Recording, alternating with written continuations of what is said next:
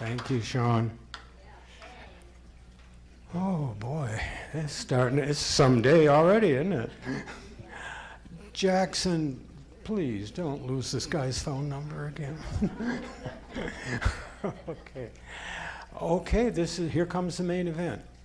Reverend Donald Graves. I got a bio. It's in very small print, and you can tell it's very long. This is where Hazel gets scared because he's going to go off script.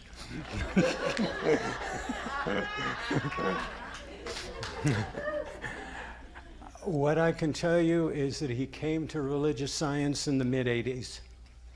He was ordained very quickly, as quickly as it was possible for a minister to be ordained in this movement. He has served in 3 states, New Mexico, Utah, and then a real great stint down in Tucson, which is where our 2 congregations got to know each other a little bit. We have gotten to know each other a little bit too in the past few years. Both our wives and Reverend Donald and me. And what I can tell you about him is that there's just something that grabs you and brings you in. And every time Penny and I get to meet with Jan and him, something gets triggered that's great inside of me. So that's what you guys are about to be up to. And I'll talk about his seminar later. One thing we do share is a very sharp sense of humor. I asked permission to tease him, and then he said to me, "Yeah, but I get the last word." So, but the one thing I will tell you is the synergy between us and our wives, because each of us had already made the decision before we got here that we married up. So that's what the kind of philosophy you're about to get unleashed on you. So may I invite no, you're not a doctor, are you? Reverend Donald Graves up to the platform.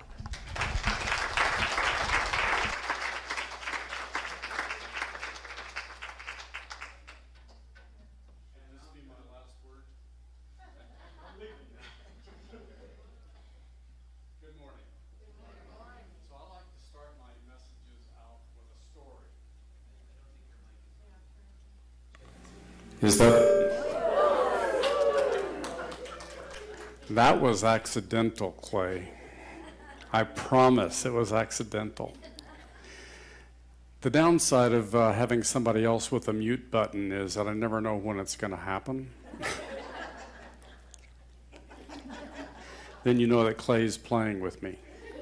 I like to start with a story. And this particular story is about Harold and his kindergarten class who, on a field trip, went to the police station. And they were being shown around the police station, got to see the jail and all the other stuff, where the detectives sit. And one of the children, when he looked at a board that had the 10 most wanted criminals posted on it, said, "Is that a real picture of a real criminal?" And the policeman said, "Well, yes, it is. The detectives want very much to capture him." And so Harold piped up and said, "Well, why didn't you keep him when you had him in here taking his picture?" You know, that kind of innocence is the letting out we get to learn in this philosophy. I don't know about you, but I spent most of my life trying to keep things controlled. Forget about it. I don't think it really serves us to get all enraptured in controlling who we present to the world. We probably, if anything, needed to start earlier, but most of us were taught otherwise. Got smacked down or whatever. So today's message, beginning at the beginning. And it starts the process and creates a at the beginning. And it starts the process and creates a context for our workshop this afternoon after the service. That is outing your inner mystic. So, beginning at the beginning. I think it was written a long time ago, in the beginning, God. You guys heard that? You know, I know religious scientists look at the Bible like it's evil incarnate or something.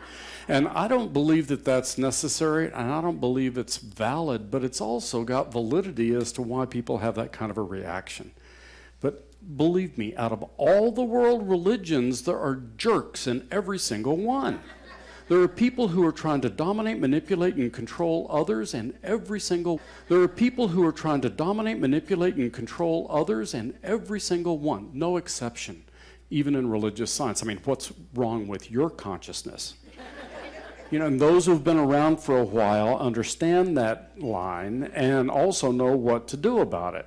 You know, you just share with them the universal sign of oneness and go the other direction.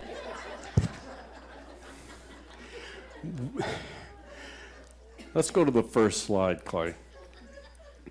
We use the divine power and intelligence when we live our lives. It's automatic. It's natural. And we access and prove that power and intelligence as we live those lives consciously. Now, the trick is living it consciously. I had a Baptist minister one time tell me that ours was a religion of convenience. Have you ever been conscious for more than a nanosecond? That's hard work. And we have to keep beginning at the beginning again and again and again, and it never ceases. But the more we practice beginning at the beginning, from that in the beginning place of its perfect, whole, complete, as is, all of the time, then all of a sudden we start thinking from solution. We start thinking from power and intelligence, the divine presence that lives in and as each of us. So the name of the game is to keep going back to the beginning. Thus the name of the talk. It is the first principle. In the beginning, God. So as the story goes, God calls out the light, and he calls out the firmament, and he calls out the heavens, and after every single calling out, which he's calling out of itself, after every single one, he says, it's good. Because it came out of wholeness, perfection. It came out of that good. Well, is nature part of God? Are you part of nature? I mean, in the most material sense, we all are animals, aren't we? Some of us more so than others, but we're all animals, absolutely. And so everything came out of that perfection. That means that everything is perfect, whole, complete, as is, nothing is missing. And how many of you have convinced yourself through the encouragement of others that you are not? Yeah. Go back to the beginning. Go back to the beginning. That's where you will tap into and touch and begin to access the inner mystic. It's what you came in as. So as Karen was leading the meditation this morning, she starts it off and she said, you don't have to work hard at this, just let it come. Again, we're inspiring letting. Letting is one of the most difficult things that we can do because we want to control what comes up, what comes out, what we say. Some cases, not a bad idea. But it's still important to recognize that it comes from perfection. People, every thought you have is perfect. Every experience you've ever had in your life, horrible, marvelous, beautiful, whatever. Every single one of those things, experiences, and what have you, they're perfect. Here's the caveat. Based on the thinking that caused them. It's all perfect based on the thinking that caused it to be that way. We'll get a little more in depth about that in this workshop this afternoon. So our journey is not the journey to wholeness or perfection. Give that notion up. You're not going anywhere. Next one. Our journey is a journey of awakening to the already ever-present wholeness and perfection which begins, literally begins at the beginning, in God. as God. And to the degree that we release that of us, we are living as God. Next one. Now we get into the meat of this stuff. And this is a little bit of the intellectual stuff I've been accused of being strong in. I'm not strong in intellectualism. I'm just strong in figuring stuff out. There's a difference, a big difference. So we come in unconsciously conscious. This is us as an infant. This is how we came in. We already were unconsciously aware. Unconsciously aware. We weren't aware that we were aware. But it's what we came out of, so how could we not be aware of it? It's like the fish doesn't know he's in the water. That's what we came out of. We came out of that wholeness, that perfection.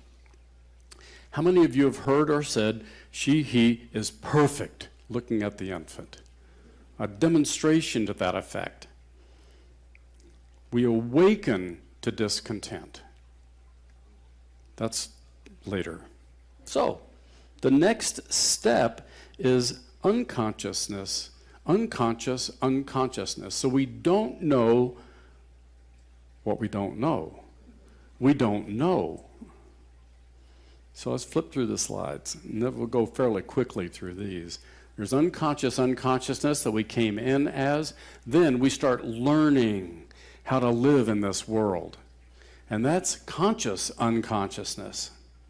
Because as we start living in the world and realizing that there is this material stuff that threatens our survival, and we start building our ego and learning strategies and tactics about our survival and dealing with other people and their judgments and conclusions and all those things that we make up over time, good and bad, came during that period, and we became aware of that unconsciousnness, then all of a sudden we can start considering there's got to be more.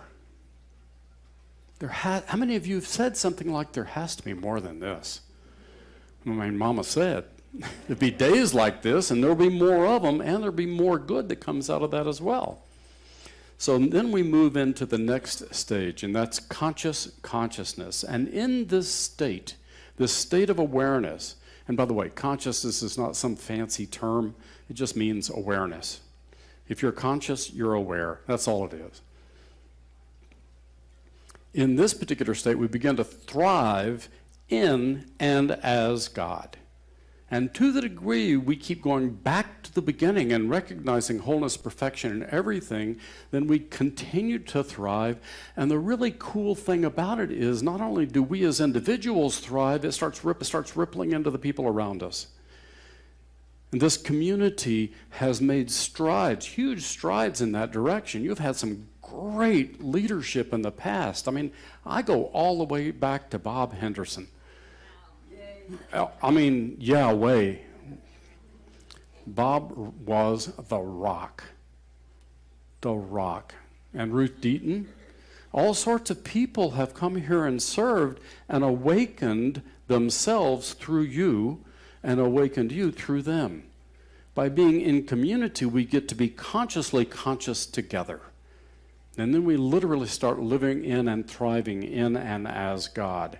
Our thinking begins with wholeness, begins with perfection. We begin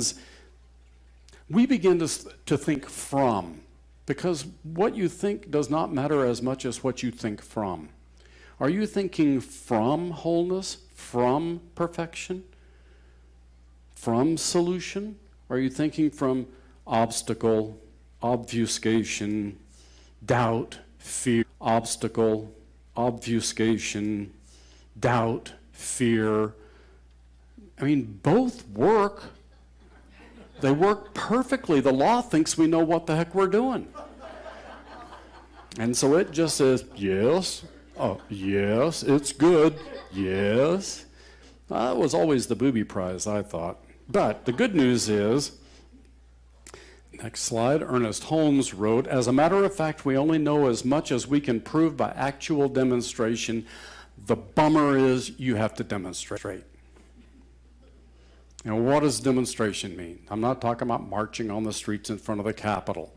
I'm talking about allowing, letting your world manifest at the level of your highest heart's desire. Wow. That's what the meditation was. We got to that place where we started letting ourselves feel the Don't even have to put a word on it. In fact, the word might be a problem. But just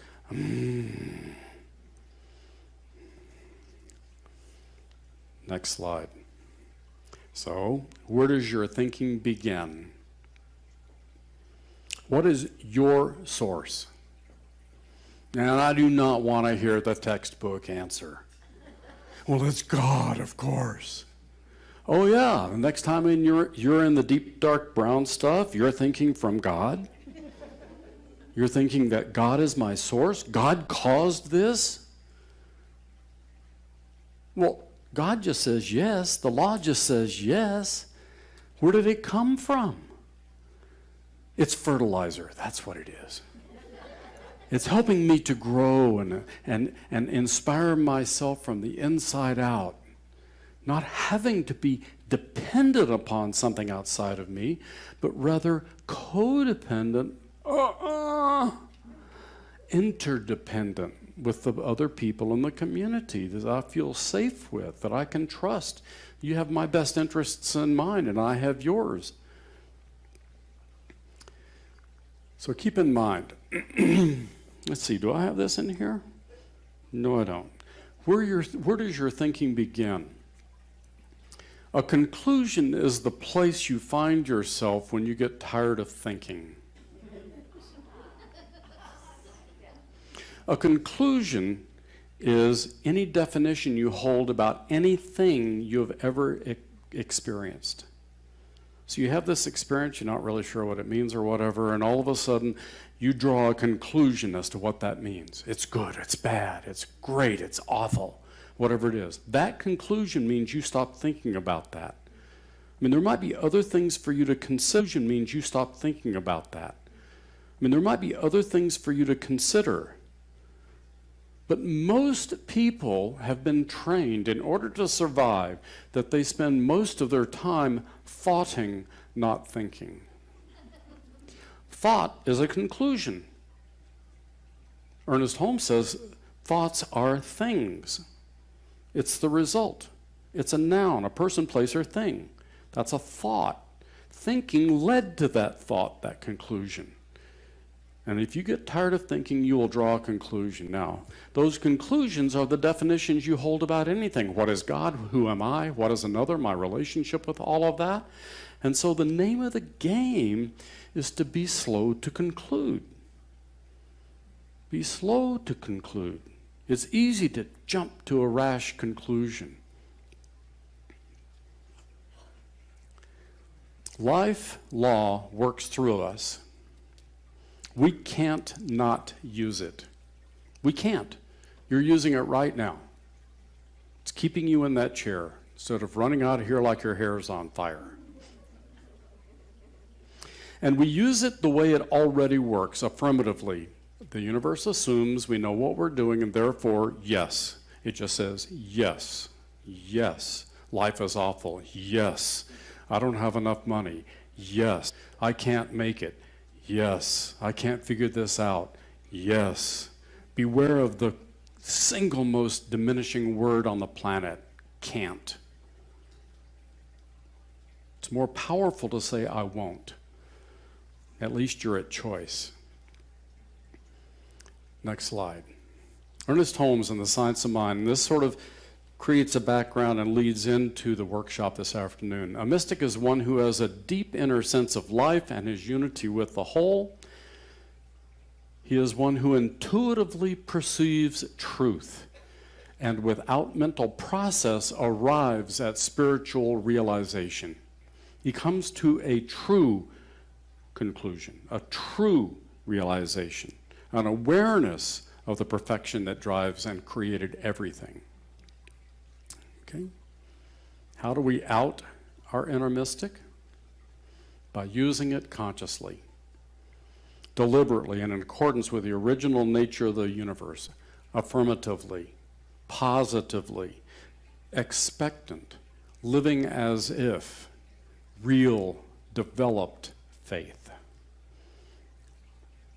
So are you thinking or are you thoughting? Which is it? Are you thoughting or are you thinking? Where do you spend most of your time? Thoughting or thinking? If you're a normal human being, and I think most of us are that first, then we might be exceptional. But we're normal human beings, we thought, because we were taught that's what we have to think, so-called, in order to survive. So I'll ask you the next question. What are you thinking now?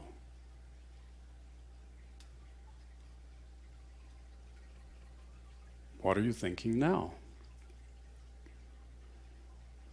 And while you're in that mode of looking at what you're thinking, let's settle into our treatment for this morning and recognize that that power, that intelligence, that presence that causes everything, that caused all of this incredible thing called life, it lives right here in this room, in every single heart and every single mind. And so allow that thinking to settle down into the body. And let that thinking observe the beating heart. Observe the breath going in and out. Those two observations prove the power of God in and as every person. It breathes us, it beats the heart. That's the power of God. And if you're thinking right now at all, as we think, in that thinking, we prove the intelligence of God. And as we feel, we prove the presence of God. So I settle into, for just a moment, more deeply. And let that power naturally, organically operate.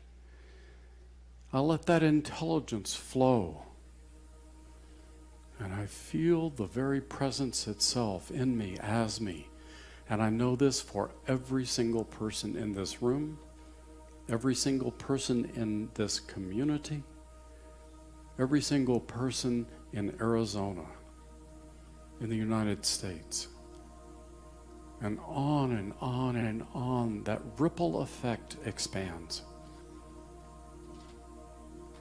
So with joy, I embrace the joy. With joy, I embrace the love, the harmony. With joy, I embrace the abundance of life, the abundance of good, true prosperity, and move forward according to that kind of hope, that developed faith and knowing. So letting this be, I know the law has it, so all I get to do is live it out. And right now, I breathe it in, I live it out, and with gratitude, let it be. And so it is.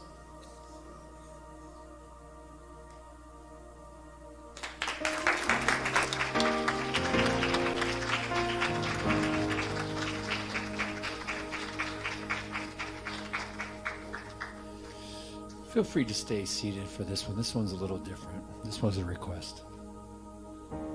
One power, one power, one power,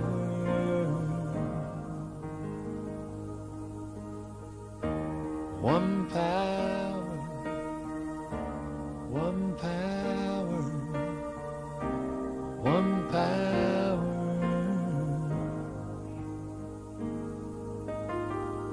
There's one power in this world. Can't you see it everywhere and every day? One power indescribable, speak it with every word you say. It's mysterious until you know the truth. Yes, until you know the truth. It's as simple as the love inside of you.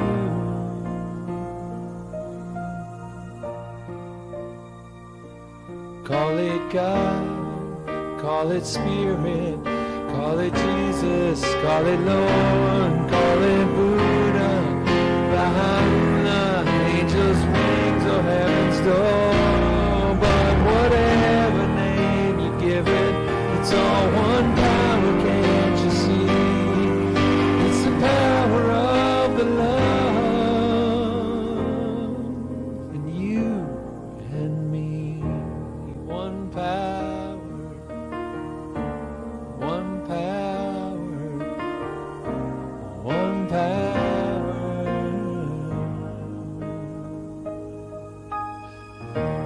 one power, one power,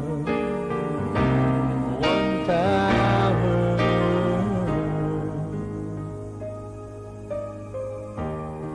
Well, we speak so many languages, different clothing, different colors, different names. But different is only dangerous when we forget that in the heart we're all the same. And we'll remember once we close our eyes to see.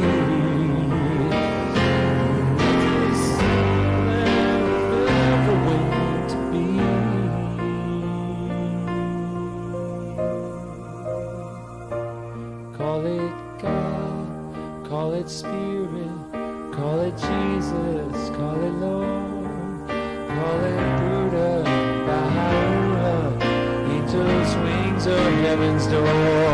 It's Muhammad, it's your mind, it's your soul, it's your sign, it's the universe, it's music, Mother Earth or Father Time. But whatever name you give it, it's all one power, can't you see?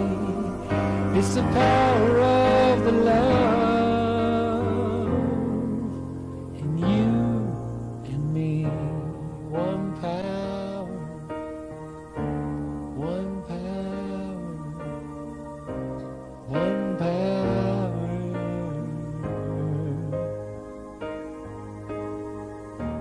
one power, one power, one power.